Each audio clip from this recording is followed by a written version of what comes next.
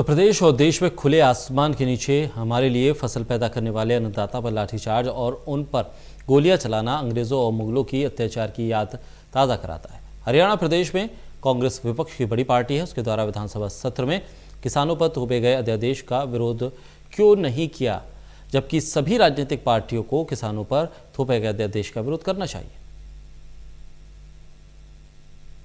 पीपली में किसानों पर हुए लाठीचार्ज मामले में इनेलो विधायक अभय चौटाला बड़ी प्रतिक्रिया देते हुए इसे सुनियोजित कार्रवाई बताकर प्रदेश सरकार पर सवाल खड़े कर दिए। इनेलो विधायक की मानी तो निहत्थे किसानों पर लाठीचार्ज करना बेहद शर्मनाक है। इस लाठीचार्ज ने सरकार के किसान विरोधी चेहरे को बेनकाब किया। इनेलो विधायक की माने तो कल इनेलो के कार्यकर्ताओं के साथ बैठकर वो किसानों के साथ कंधे से कंधा मिलाकर संघर्ष करने को तैयार हैं। तो सरकार ने ही आदेश दिया होगा तभी पुलिस लाठीचार्ज करेगी, अदरवाइज कभी भी पुलिस लाठीचार्ज नहीं कर सकती। सरकार के आदेश के बिना पुलिस अपनी मर्जी से क्यों लाठी चलाएगी, क्यों गोलियां चलाएगी?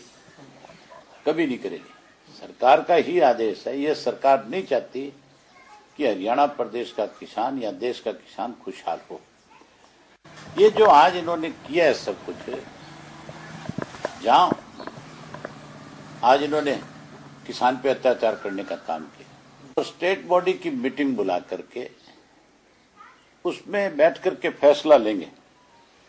और मैं तो अपनी तरफ से मीटिंग में जो बात रखूंगा वो यही रखूंगा कि चौधरी देवीलाल ने सदा किसान के हित के लिए लड़ाई लड़ी, बड़े बड़े पदों को ठोकर मारी।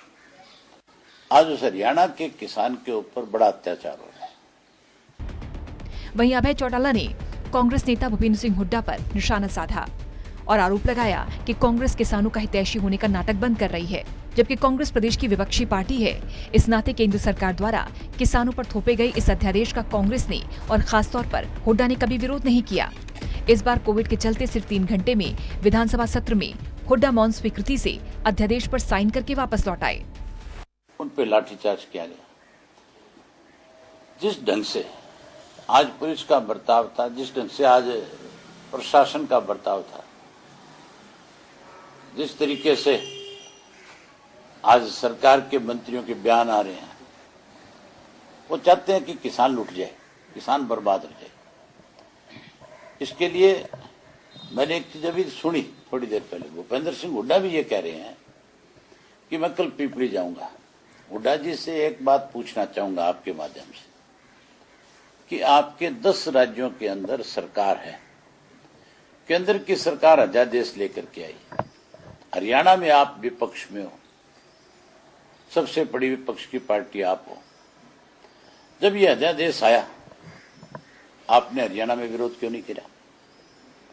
आपके 10 राज्यों की जो सरकार है, उन्होंने अपने अपने प्रदेश में एक रेजुलेशन बना करके केंद्र की सरकार को क्यों नहीं भेजा?